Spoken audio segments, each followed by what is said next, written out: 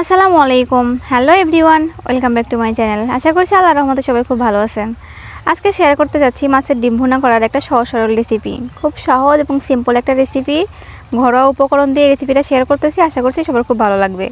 তো কথা না বাড়িয়ে চলুন শুরু করা যাক। তো মাছের ডিম ভুনা করার জন্য প্রথমে আমি নিয়ে নিয়েছি কাতলা মাছের ডিম। আপনারা চাইলে যে কোনো মাছের ডিম ব্যবহার করতে পারবেন, রেসিপি একই থাকবে।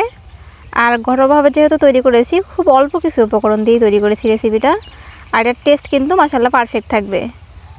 তো আমি মাছের ডিমটা প্রথমে কেটে টুকরো টুকরো করে নিচ্ছি। খুব ছোট টুকরো করার প্রয়োজন নেই, একটু বড় করে টুকরো করে কেটে নেবেন।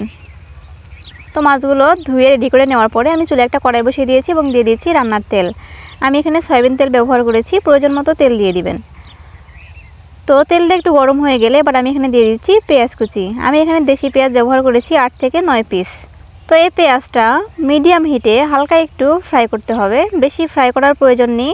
যখন একটু নরম হয়ে আসবে তখন আমি এখানে সব ধরনের মশলা দিয়ে দিব।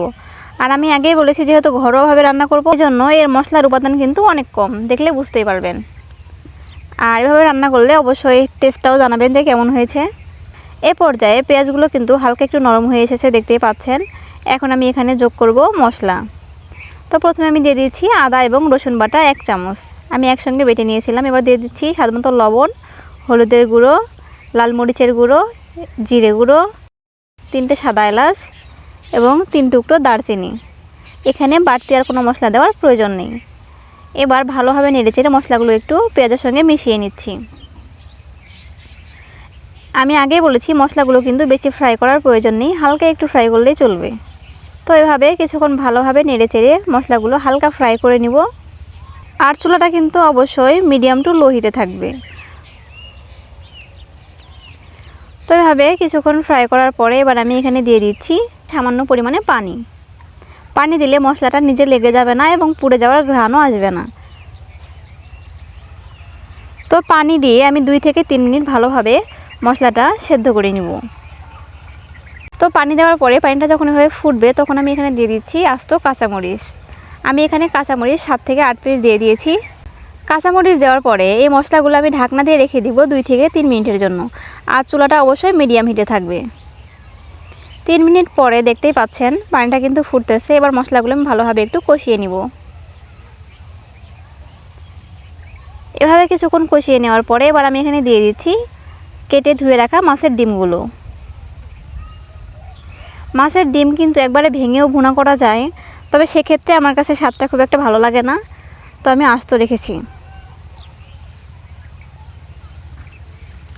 তো এই ডিমগুলো হালকা একটু নেড়ে চেড়ে মশলার সাথে ভালোভাবে মিশিয়ে নিব।